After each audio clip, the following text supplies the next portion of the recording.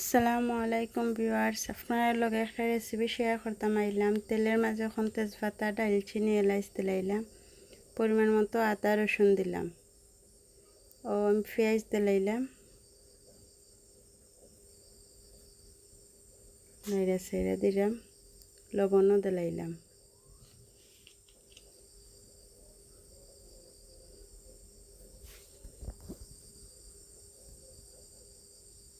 মুরগির মাংস এখন দিলাইম ও আমি মাংসটা দিলাইলাম, দিয়া বালাই টিকা লাইরা দিলাম। মাংসটাও সিদ্ধ হয়ে গেছে, পেস্টটাও মজে গেছে, কালারটা পাল্টে গেছে। এখন এক এক করে আমি গরম মশলা দিলাম, হলুদ দিলাম 1 চামচ,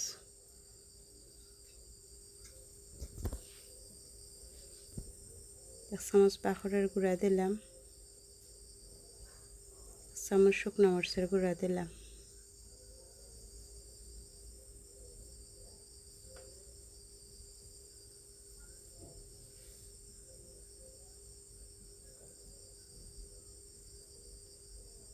চামচ জিরা বাখর দিলাম ও আমি পাঁচফোড়ন দিলাইলাম।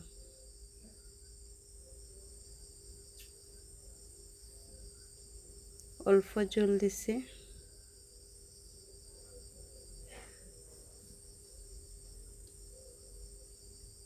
সিদ্ধ করা 4টা ডিমও দিলাম।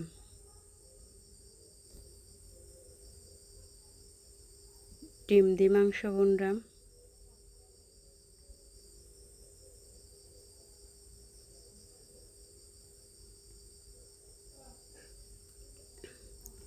মাংসটা ওইবার সময় আইসে লামাইলামও, মাংসটার কালারটা পাল্টে গেছে।